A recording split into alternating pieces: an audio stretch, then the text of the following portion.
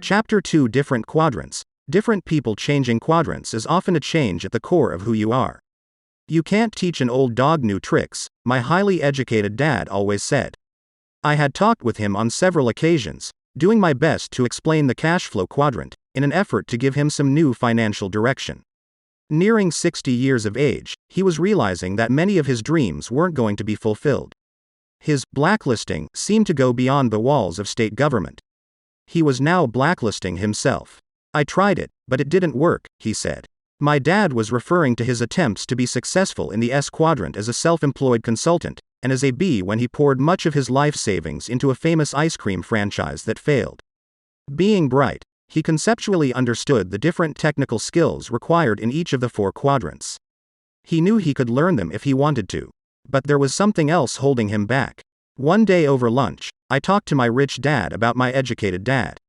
Your father and I aren't the same people at the core, said rich dad. While we both have fears, doubts, beliefs, strengths, and weaknesses, we respond or handle those core similarities quite differently. Can you tell me the differences? I asked. Not over one lunch, said rich dad. But how we respond to those differences is what causes us to remain in one quadrant or another.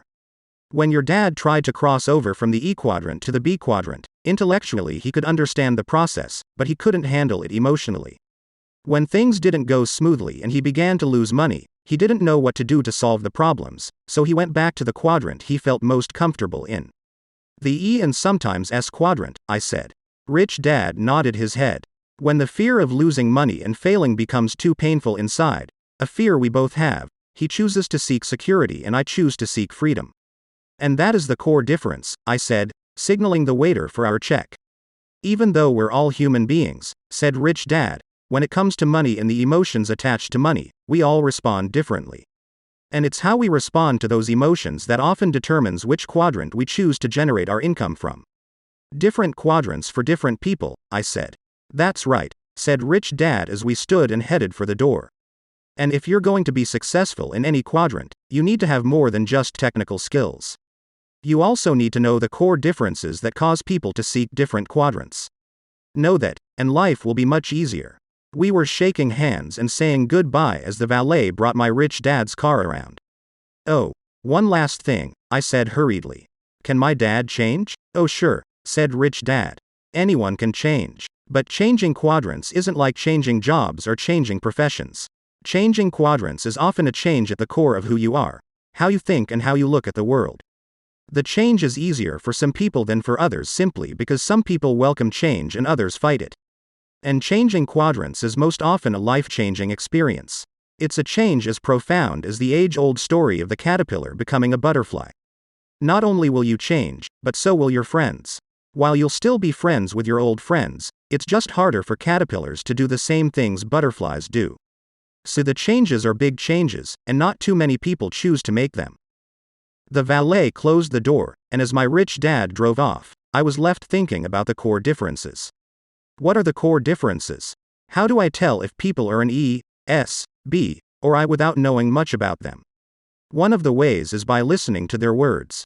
One of my rich dad's greatest skills was being able to read people, but he also believed you could not judge a book by its cover. Rich dad, like Henry Ford, didn't have an excellent education, but both men knew how to hire and work with people who did. Rich dad always explained to me that the ability to bring smart people together and work as a team was one of his primary skills. When I was 9, my rich dad began to teach me the skills necessary to be successful in the B and I quadrants. One of those skills was to get beyond the surface of a person and gaze into their core. Rich dad used to say, if I listen to a person's words, I begin to see and feel their souls. So as a young boy, I began to sit in with my rich dad when he hired people. From these interviews I learned to listen, not so much for words, but for core values, values that my rich dad said came from their souls. E quadrant words: a person who comes from the E, employee quadrant might say, I am looking for a safe, secure job with good pay and excellent benefits. S quadrant words: a person who comes from the S, self-employed quadrant might say, my rate is $75 per hour. Or, my normal commission rate is 6% of the total price. Or, I can't seem to find people who want to work and do the job right. Or, I've got more than 20 hours into this project. B quadrant words. A person operating out of the B, business owner, quadrant might say, I'm looking for a new president to run my company. I quadrant words. Someone operating out of the I, investor, quadrant might say, is my cash flow based on an internal rate of return or net rate of return? Words are tools. Once my rich dad knew who the person he was interviewing was at their core, at least for that moment, he would know what they were really looking for, what he had to offer, and what words to use when speaking to them. Rich Dad always said, words are powerful tools. Rich Dad constantly reminded his son Mike and me of this. If you want to be a leader of people, then you need to be a master of words. So one of the skills necessary to be a great B is to be a master of words, knowing which words work on which kinds of people. He trained us to first listen carefully to the words a person used. Then we would know which words we should use and when to use them, in order to respond to that person in the most effective way. Rich Dad explained, one word may excite one type of person while that same word would completely turn off another person. For example, the word risk might be exciting to a person in the I quadrant, but evoke total fear to someone in the E quadrant. To be great leaders, Rich Dad stressed that we first had to be great listeners. If you don't listen to the words a person uses, you'll never be able to feel their soul. And if you don't listen to their soul, you'll never know to whom you are talking. Core difference is the reason he would say, hear their words, feel their souls, is because behind the words a person chooses are the core values and core differences of that individual. The following are some of the generalities that separate people in one quadrant from those in another. 1. The E, employee. When I hear the words secure or benefits, I get a sense of who the speaker might be at the core. The word secure is a word often used in response to the emotion of fear. If a person feels fear, then the need for security is often a commonly used phrase for someone who comes predominantly from the E quadrant. When it comes to money and jobs, there are many people who simply hate the feeling of fear that comes with economic uncertainty, hence, the desire for security. The word benefit means people would also like some kind of additional reward that is spelled out, a defined and assured extra compensation, such as health insurance or a retirement plan. The key is that they want to feel secure and see it in writing. Uncertainty doesn't make them happy, certainty does. Their internal workings say, I'll give you this if you promise to give me that in return. They want their fear reduced by the presence of some degree of certainty, so they seek security and strong agreements when it comes to employment. They're accurate when they say, I'm not that interested in money. For them, the idea of security is often more important than money. Employees can be presidents of companies or janitors. It's not so much what they do, but the contractual agreement they have with the person or organization that hires them. 2. The S, self-employed. These are people who want to be their own boss, or like to do their own thing. I call this group the do-it-yourselfers. Often, when it comes to the subject of money, a hardcore S doesn't like to have his or her income dependent on other people. In other words, if S's work hard, they expect to get paid for their work. S's don't like having the amount of money they earn dictated by someone else or by a group of people who might not work as hard as they do. If they work hard, they expect to be paid well. Conversely, they also understand that if they don't work hard, then they don't deserve to be paid much. When it comes to money, they have fiercely independent souls. The emotion of fear. So while the E often responds to the fear of not having money by seeking security, the S often responds differently. The people in this quadrant respond to fear, not by seeking security, but by taking control of the situation and doing it on their own. That is why I call the S group the do-it-yourself group. When it comes to fear and financial risk, they want to take the bull by the horns. In this group you find well-educated professionals who spend years in school, such as doctors, lawyers, and dentists. Also in the S group are people who took educational paths other than, or in addition to, traditional school. In this group are direct commission salespeople and real estate agents, as well as small business owners like retail shopkeepers, cleaners, restaurateurs, consultants, therapists, travel agents, car mechanics, plumbers, carpenters, preachers, electricians, hairstylists, and artists. This group's favorite song would be either Nobody Does It Better or I Did It My Way. Self-employed people are often hardcore perfectionists. They often want to do something exceptionally well. In their mind, they don't think anyone else does it better than they do, so they really don't trust anyone else to do it. In many respects, they are true artists with their own style and methods of doing things. And that is why we hire them. If you hire a brain surgeon, you want that brain surgeon to have had years of training and experience, but most importantly, you want this brain surgeon to be a perfectionist. The same goes for a dentist, hairstylist, marketing consultant, plumber, electrician, lawyer, or a corporate trainer. You, as the client hiring this person, want someone who is the best. For people in this group, money isn't the most important thing about their work. Their independence, the freedom to do things their way, and being respected as experts in their field are much more important than mere money. When hiring them, it's best to tell them what you want done and then leave them alone to do it. They don't need or want supervision. If you meddle too much, they'll simply walk off the job and tell you to hire someone else. Remember, independence trumps money for this group. They often have a hard time hiring other people to do what they do simply because, in their mind, nobody else is up to the task. Also, if this group trains someone to do what they do, that newly trained person often ends up leaving to do their own thing, to be their own boss, to do things their way, or to have a chance to express their individuality. Many S-types are hesitant to hire and train other people because, once trained, they often end up as their competition. This, in turn, keeps the S-types working harder at doing things on their own. 3. The B, business owner. This group of people could almost be the opposite of the S. Those who are true Bs like to surround themselves with smart people from all four categories: E, S, B, and I. Unlike the S, who doesn't like to delegate work, because no one can do it better, the B likes to delegate. The true motto of a B is, why do it yourself when you can hire someone to do it for you, and they can do it better? Henry Ford fit this mold. As one popular story goes, a group of so-called intellectuals came by to condemn Ford for being ignorant. They claimed he really didn't know much. So Ford invited them into his office and challenged them to ask him any question, and he would answer it. So this panel assembled around America's most powerful industrialist and began to ask him questions. Ford listened to their questions and, when they were through, he simply reached for several phones on his desk and called in some of his bright assistants and asked them to give the panel the answers they sought. He ended by informing the panel that he'd rather hire smart people who went to school to come up with answers so he could leave his mind clear to do more important tasks like thinking. One of the quotes credited to Ford goes, "Thinking is the hardest work there is." That is why so few people engage in it. Leadership is bringing out the best in people. My rich dad's idol was Henry Ford. He had me read books about people like Ford and John D. Rockefeller, the founder of Standard Oil. Rich Dad constantly encouraged Mike and me to learn the essence of leadership and the technical skills of business. In retrospect, I understand now that many people may have one or the other, but to be a successful B, you really do need to have both. I also now realize that both skills can be learned. There is a science, as well as an art, to business and leadership. For me, both are lifelong studies. When I was a boy, my rich dad gave me the children's book Stone Soup, written in 1947 by Marcia Brown and still available today. He had me read this book to begin my training as a leader in business.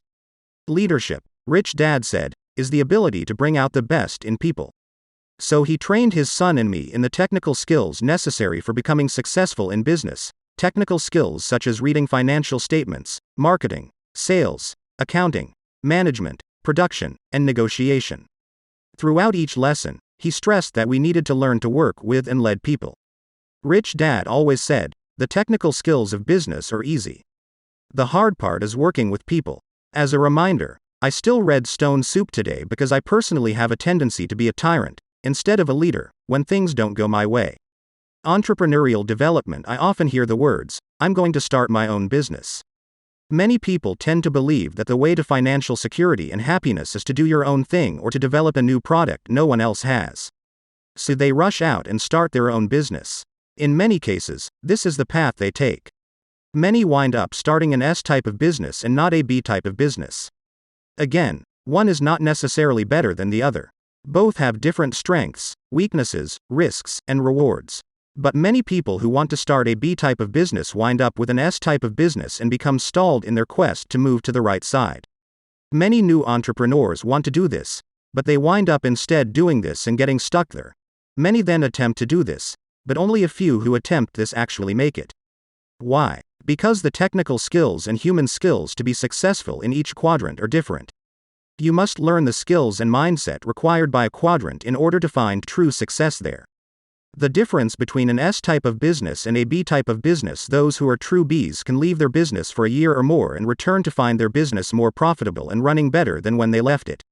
In a true S type of business, if the S left for a year or more, chances are there would be no business left to return to. So what causes the difference? Saying it simply, an S owns a job. A B owns a system and then hires competent people to operate the system. Or put another way, in many cases, the S is the system. That is why they can't leave. For example, let's take a look at a typical dentist. A dentist spends years in school learning to become a self-contained system. You, the client, get a toothache. You go see your dentist. He fixes your tooth. You pay and go home. You're happy and you tell all of your friends about your great dentist. In most cases, the dentist can do the entire job by himself. The problem is that if the dentist goes on vacation, so does his income. B business owners can go on vacation forever because they own a system, not a job. If the B is on vacation, the money still comes in. To be successful as a B requires 1. Ownership or control of systems, and 2. The ability to lead people. For S's to evolve into Bs, they need to convert who they are and what they know into a system, and many aren't able to do that. Or they're often too attached to the system to let go and let other people in. Can you make a better hamburger than McDonald's? Many people come to me for advice on how to start a company or how to raise money for a new product or idea. I listen, usually for about 10 minutes, and within that time I can tell where their focus is. Is it the product or the business system? In those 10 minutes, I most often hear words such as these.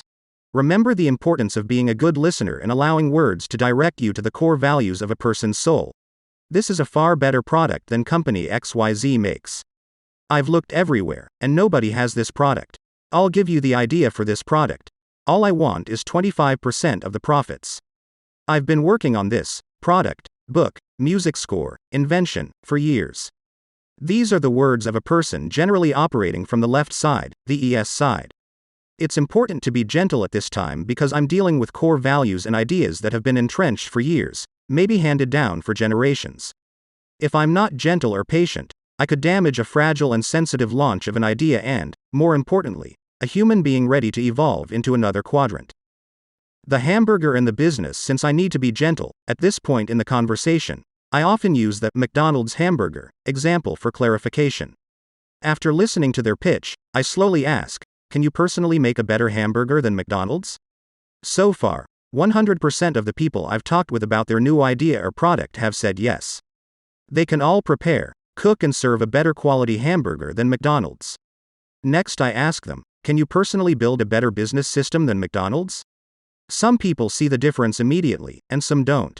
And I would say the difference is whether the person is fixated on the left side of the quadrant, which is focused on the idea of the better burger, or on the right side of the quadrant, which is focused on the business system. I do my best to explain that there are a lot of entrepreneurs out there offering far superior products or services than are offered by the mega-rich multinational corporations, just as there are billions of people who can make a better burger than McDonald's. But only McDonald's has created the system that has served billions of burgers. See the other side. If people can begin to see this truth, I then suggest they go to McDonald's, buy a burger, and sit and look at the system that delivered that burger. Take note of the trucks that delivered the raw burger, the rancher that raised the beef, the buyer who bought the beef, and the TV ads that helped sell the beef. Notice the training of young inexperienced people to say the same words, hello, welcome to McDonald's, as well as the decor of the franchise, the regional offices, the bakeries that bake the buns, and the millions of pounds of French fries that taste exactly the same all over the world. Then include the stockbrokers raising money for McDonald's on Wall Street. If they can begin to understand the whole picture, then they have a chance at moving to the BI side. The reality is that there are unlimited new ideas, billions of people with services or products to offer, millions of products, and only a few people who know how to build excellent business systems. Bill Gates didn't build a great product. He bought somebody else's product and built a powerful global system around it. 4. The I, investor. Investors make money with money. They don't have to work because their money is working for them. The I quadrant is the playground of the rich. Regardless of which quadrant people make their money in, if they hope someday to be rich, they ultimately must come to the I quadrant. It's in the I quadrant that money becomes converted to wealth. The cash flow quadrant simply makes distinctions on how income is generated, whether as an E, employee, S, self-employed, B, business owner, or I, investor. The differences are summarized below. For you, Opt and OPM. Most of us have heard that the secrets to great riches and wealth are Opt, other people's time, OPM, other people's money. Opt and OPM are found in the B and I quadrants. For the most part, people who work in the E and S quadrants are the Opt, other people, whose time and money are being used. A primary reason Kim and I took time to build a B type of business, rather than an S type, was because we recognized the long-term benefit of using other people's time. One of the drawbacks to being a successful S is that success simply means more hard work. In other words, good work results in more hard work and longer hours. In designing a B type of business, success simply means increasing the system and hiring more people. In other words, you work less, earn more, and enjoy more free time. The remainder of this book goes through the skills and mindset required for the right side of the cash flow quadrant. It's my experience that being successful on the right side requires a different mindset and different technical skills. If people are flexible enough to make these changes, I think they'll find the process of achieving greater financial security or freedom easy. For other people, the process might be too difficult because many people are frozen in one quadrant and one mindset. At a minimum, you'll find out why some people work less, earn more, pay less in taxes, and feel more financially secure than others. It's simply a matter of knowing which quadrant to work out of and when. A guide to freedom. The cash flow quadrant is not a set of rules. It's only a guide for those who wish to use it. It guided Kim and me from financial struggle, to financial security, and then to financial freedom. The difference between the rich and everyone else. A few years ago, I read an article that said most rich people receive 70% of their income from investments, or the I quadrant, and less than 30% from wages, or the E quadrant. If they were an E, chances are that they were employees of their own corporation. Their income looked like this. For most everyone else, the poor and the middle class, at least 80% of their income comes from wages from the E or S quadrants, and less than 20% from investments in the I quadrant. The difference between being rich and being wealthy. In Chapter 1, I wrote that Kim and I were millionaires by 1989, but we weren't financially free until 1994. There's a difference between being rich and being wealthy. By 1989, our business was making us a lot of money. We were earning more and working less because the business system was growing without any more physical effort on our part. We had achieved what most people would consider financial success. However, we still needed to convert the cash flow coming from the business into even more tangible assets that would generate additional cash flow. We had grown our business into a success. Now it was time to focus on growing our assets to the point where the cash flow from all of our assets would be greater than our living expenses. By 1994, the passive income from all of our assets was greater than our expenses. At that point, we were wealthy. Our business is considered an asset because it generated income and operated without much physical input. For our own personal sense of wealth, we wanted to make sure we also had tangible assets, such as real estate and stocks, that were throwing off more passive income than our expenses before we claimed to be wealthy. Once the income coming from tangible assets in our asset column was greater than the money coming in from the business, we sold the business to our partner. We were now wealthy. The definition of wealth is the number of days you can survive without physically working, or anyone else in your household physically working, and still maintain your standard of living. For example, if your monthly expenses are $5,000 a month and you have $20,000 in savings, your wealth is approximately 4 months or 120 days. Wealth is measured in time, not dollars.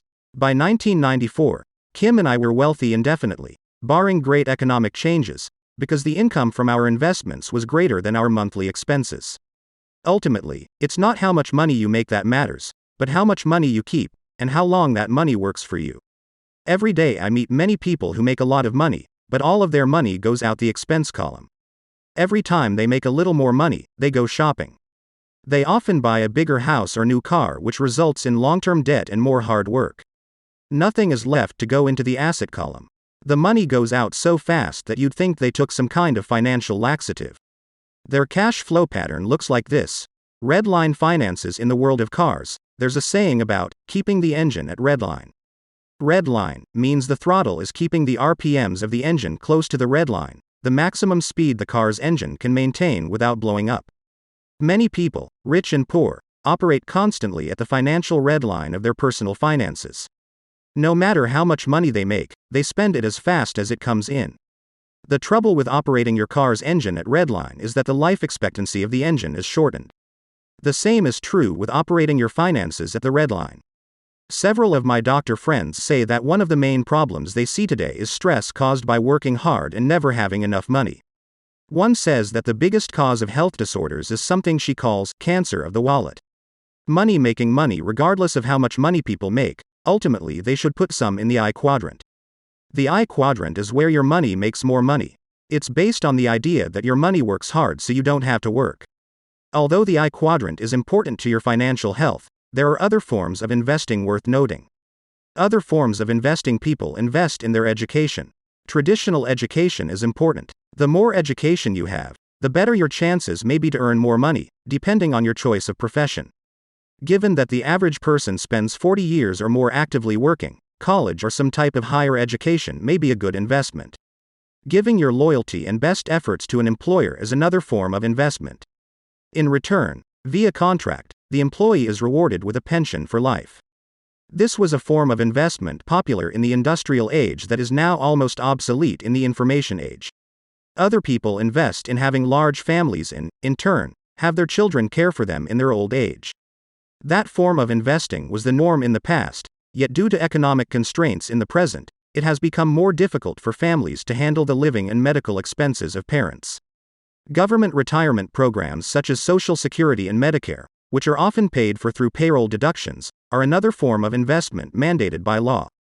Due to massive changes in demographics and costs, this form of investment will probably not be able to keep many of the promises it has made. And there are independent investment vehicles for retirement that are called individual retirement plans.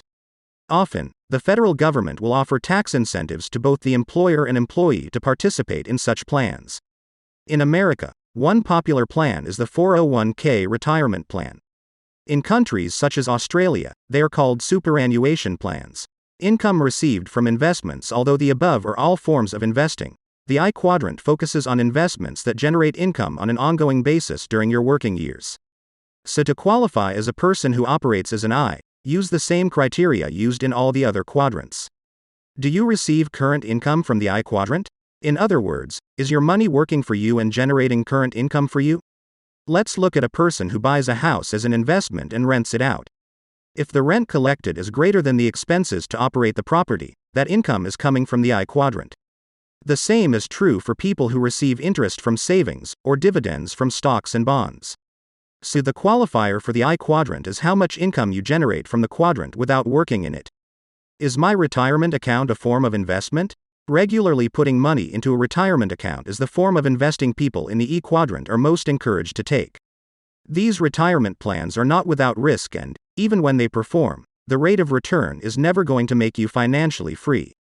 Most of us want to be investors when our working years are over, but for the sake of this book, the I quadrant represents a person whose income comes from investments during their working years. In reality, most people aren't investing in a retirement account. Instead, most are saving money in their retirement account, hoping that when they retire, there will be more money coming out than they put in. There's a difference between people who save money in their retirement accounts and people who, through investing, actively use their money to make more money as income. Are stockbrokers investors? Many financial advisors in the investment world are, by definition, not really people who generate their income from the I quadrant.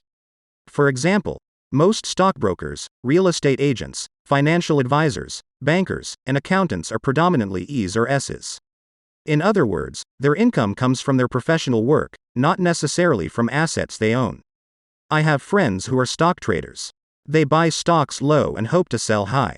In reality, their profession is trading, much like a person who owns a retail shop and buys items at wholesale and sells them at retail.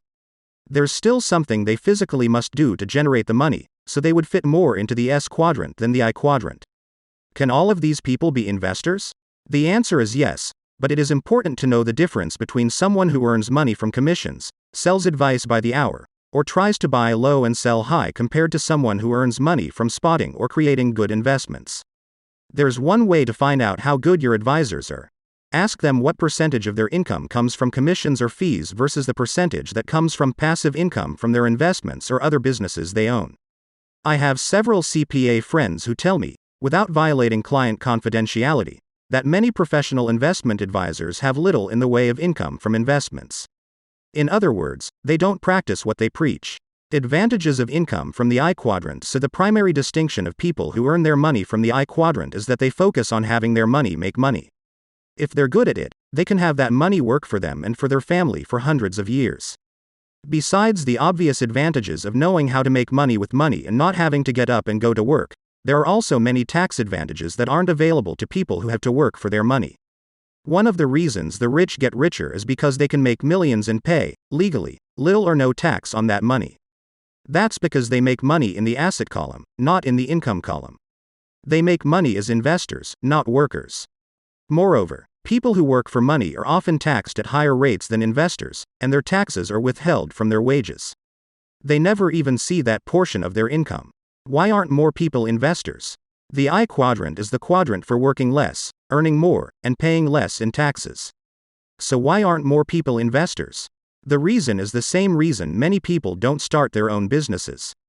It can be summed up in one word: risk. Many people don't like the idea of handing over their hard-earned money and, possibly, not having it come back. Many people are so afraid of losing that they choose not to invest, no matter how much money they could make in return. A Hollywood celebrity once said, "It's not return on the investment that I worry about. It's the return of the investment." This fear of losing money seems to divide investors into four broad categories. 1. People who are risk-averse and do nothing but play it safe, keeping their money in the bank. 2. People who turn the job of investing over to someone else, such as a financial advisor or a mutual fund manager. 3. Gamblers. 4. Investors. The difference between a gambler and an investor is simple. For a gambler, investing is a game of chance. For an investor, investing is a game of skill. And for the people who turn their money over to someone else to invest, investing is often a game they don't want to learn. The important thing for these individuals is to choose a financial advisor carefully. Later in this book, I'll go into the 5 levels of investors which should shed more light on this subject. Risk can be virtually eliminated. The good news about investing is that risk can be greatly minimized or even eliminated, and you can still receive high yields on your money, if you know the game. A true investor wants to recoup his or her money quickly. People who have a retirement account have to wait years to find out if they'll ever get their money back. This is the most extreme difference between a professional investor and someone who sets money aside for retirement. It's the fear of losing money that causes most people to seek security. Yet the I quadrant is not as treacherous as many people think. The I quadrant is like any other quadrant. It has its own skills and mindset. The skills to be successful in the I quadrant can be learned if you're willing to take the time to learn. A new age begins in 1989. The Berlin Wall was torn down, as was communism. This, in my opinion, signaled the end of the industrial age and the start of the information age. The difference between industrial age pension plans and information age pension plans. The voyage of Columbus in 1492 roughly coincides with the start of the industrial age. The fall of the Berlin Wall in 1989 is the event that marked the end of that age. For some reason, it seems that every 500 years in modern history, great cataclysmic changes occur. We're in one such period right now. That change has already threatened the financial security of hundreds of millions of people, most of whom are not yet aware of the financial impact of that change and many of whom can't afford it. The change is found in the difference between an industrial age pension plan and an information age pension plan. When I was a boy, my rich dad encouraged me to take risks with my money and learn to invest. He'd always say, if you want to get rich, you need to learn how to take risks. Learn to be an investor. At home, I told my educated dad about my rich dad's suggestion that we learn how to invest and manage risk. My educated dad replied, I don't need to learn how to invest. I have a government pension plan, a pension from the teachers' union, and guaranteed social security benefits. Why take risks with my money? My educated dad believed in industrial age pension plans, such as government employee pensions and social security. He was happy when I signed up for the U.S. Marine Corps. Instead of being worried that I might lose my life in Vietnam, he simply said, stay in for 20 years, and you'll get a pension and medical benefits for life. Although still in use, such pension plans are becoming obsolete. The idea of a company being financially responsible for your retirement and the government picking up the balance of your retirement needs through pension schemes is an old, outdated idea. People need to become investors as we move from defined benefit pension plans, or what I call industrial age retirement plans, to defined contribution pension plans, or information age pension plans. The result is that you, as an individual, must now be financially responsible for yourself. Amazingly, few people have noticed the change and understand its ramifications.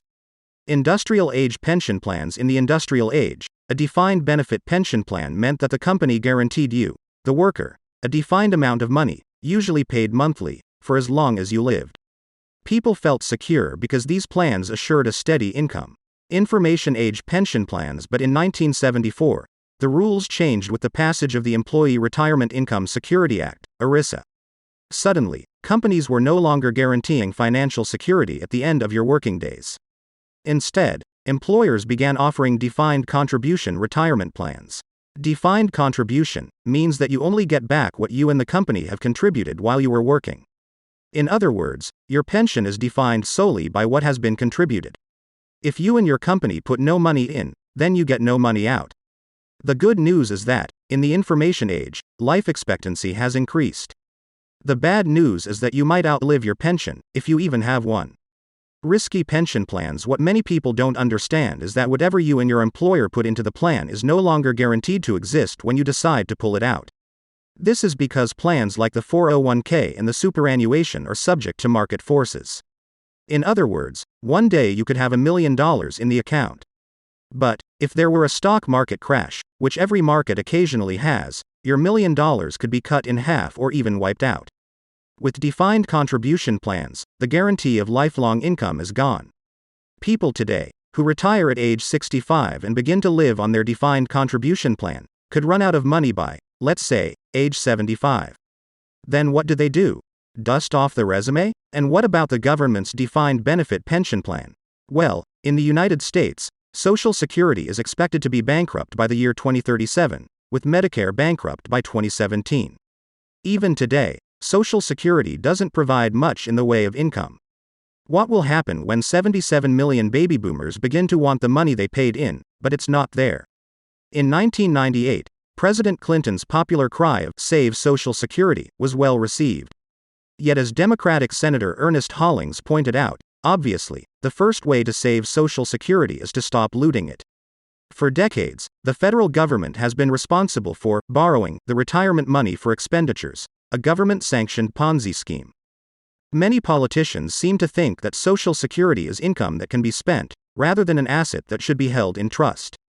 Too many people counting on the government. I write my books and create products, such as the educational cash flow board game, because the industrial age is history, and we must prepare for the opportunities of the information age. My concern as a private citizen is that, from my generation forward, we aren't properly prepared to handle the differences between the industrial age and the information age.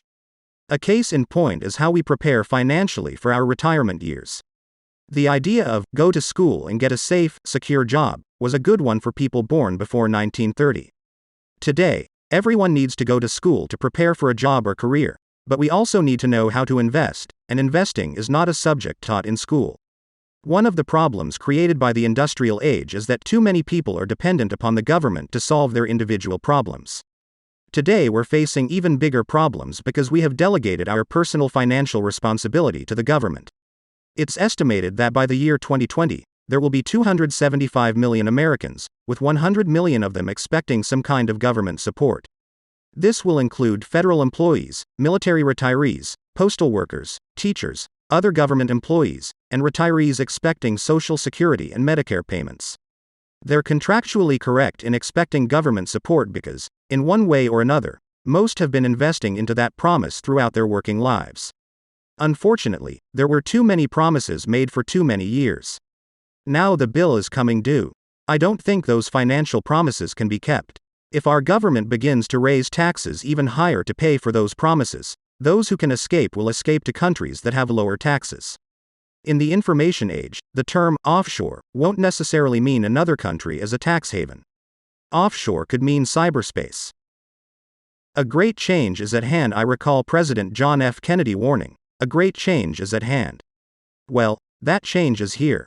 Investing without being investors. The change from defined benefit to defined contribution pension plans is forcing millions of people throughout the world to become investors, with little investor education. Many people who have spent their lives avoiding financial risks are now being forced to take them. Most will find out when it comes time to retire whether they were wise investors or careless gamblers. Today, the stock market is fueled by many things, one of which is non-investors trying to become investors. Their financial path looks like this. A large majority of these people, the E's and S's, are people who by nature are security-oriented. That's why they seek secure jobs or start small businesses they can control. Because of the defined contribution retirement plans, they're migrating today to the I quadrant where they hope they'll find security when their working years are over. Unfortunately, the I quadrant is not known for its security. The I quadrant is the quadrant of risk. Because so many people on the left side of the cash flow quadrant come looking for security, the stock market responds in kind. That's why you often hear the following words. 1. Diversification. People who seek security use the word diversification a lot. Why? Because the strategy of diversification is an investment strategy for not losing. It's not an investment strategy for winning. Successful or rich investors don't diversify. They focus their efforts. Warren Buffett, possibly the world's greatest investor, says this about diversification. The strategy we've adopted precludes our following standard diversification dogma. Many pundits would therefore say the strategy must be riskier than that employed by more conventional investors. We disagree. We believe that a policy of portfolio concentration may well decrease risk if it raises, as it should, both the intensity with which an investor thinks about a business and the comfort level he must feel with its economic characteristics before buying into it. In other words, Warren Buffett is saying that portfolio concentration, or focusing on a few investments rather than diversifying, is a better strategy.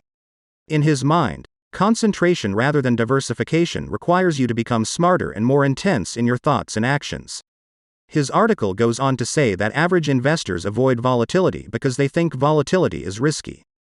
Warren Buffett says instead, in fact, the true investor welcomes volatility. When Kim and I were escaping from financial struggle to financial freedom, we didn't diversify. We concentrated our investments. 2. Blue chip stocks. Security-minded investors usually buy blue chip companies. Why? Because in their mind, they're safer. While the company might be safer, the stock market is not. These stocks won't protect your money in a market free fall. 3. Mutual funds. People who know little about investing feel more secure turning their money over to a fund manager who they hope will do a better job than they can. This is a smart strategy for people who have no intention of becoming professional investors. But the problem is that, as smart as this strategy is, it doesn't mean that mutual funds are less risky. Today, the market is filled with millions of people who, by nature, are security-minded. But, due to the changing economy, they are being forced to cross from the left side of the cash flow quadrant into the right side, where their brand of security doesn't really exist. That causes me concern. Great economic upheavals coming. The stage is set for a great economic upheaval. Such upheavals have always marked the end of an old era and the birth of a new one. At the end of every age, there are people who move forward, and other people who cling to ideas of the past. I'm afraid that people who still believe their financial security is the responsibility of a big company or big government will be disappointed in the coming years. Those are ideas of the industrial age, not the information age. No one has a crystal ball. I subscribe to many investment news services and each one says something different. Some say the near future is bright. Some say a market crash and major depression are right around the corner. To remain objective, I listen to both sides, because both have points worth listening to. I do not play fortune teller, trying to predict the future. Instead, I work at staying educated in both the B and I quadrants and being prepared for whatever happens. A person who is prepared will prosper no matter which direction the economy goes, whenever it goes.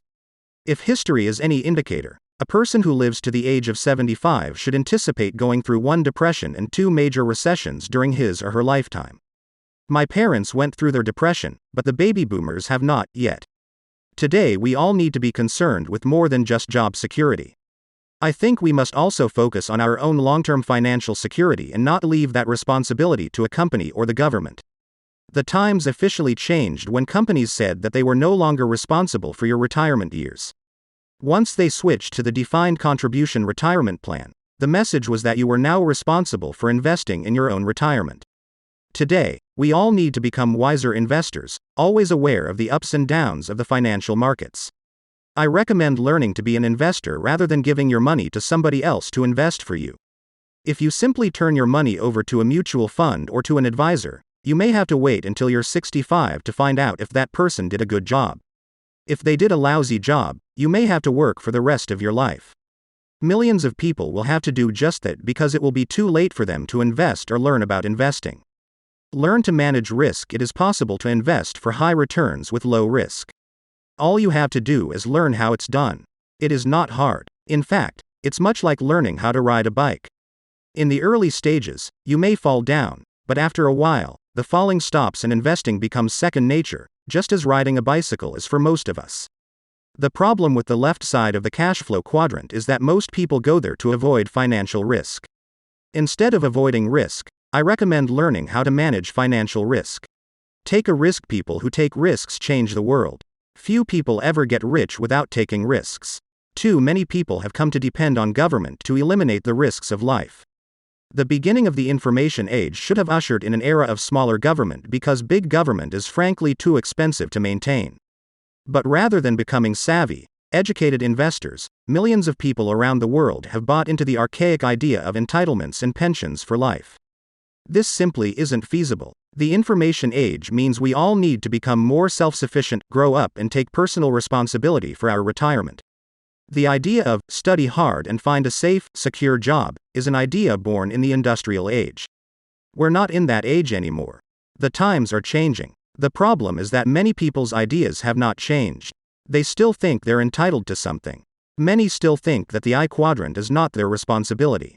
They continue to think that the government, big business, a labor union, their mutual funds, or their family will take care of them when their working days are over. For their sake, I hope they're right. These individuals have no need to read further. Rich Dad's Cash Flow Quadrant was written to help individuals who want to make the move from the left side to the right side but don't know where to start. Anyone can make the move with the right skills and determination. If you've already found your own financial freedom, I say, congratulations. Please tell others about your path and guide them if they want to be guided. Teach them, but let them find their own path, for there are many paths to financial freedom. Regardless of what you decide, please remember this: financial freedom might be free, but it doesn't come cheap. Freedom has a price, and to me it's worth that price. The big secret is this: it takes neither money to be financially free, nor a good formal education. It also doesn't have to be risky. Instead, freedom's price is measured in dreams, desire, and the ability to overcome disappointments that occur along the way. Are you willing to pay the price? One of my fathers paid the price. The other didn't, but he paid a different kind of price. The B quadrant quiz. Are you a true business owner? If you can answer yes to the following question: can you leave your business for a year or more and return to find it more profitable and running better than when you left it? Yes or no.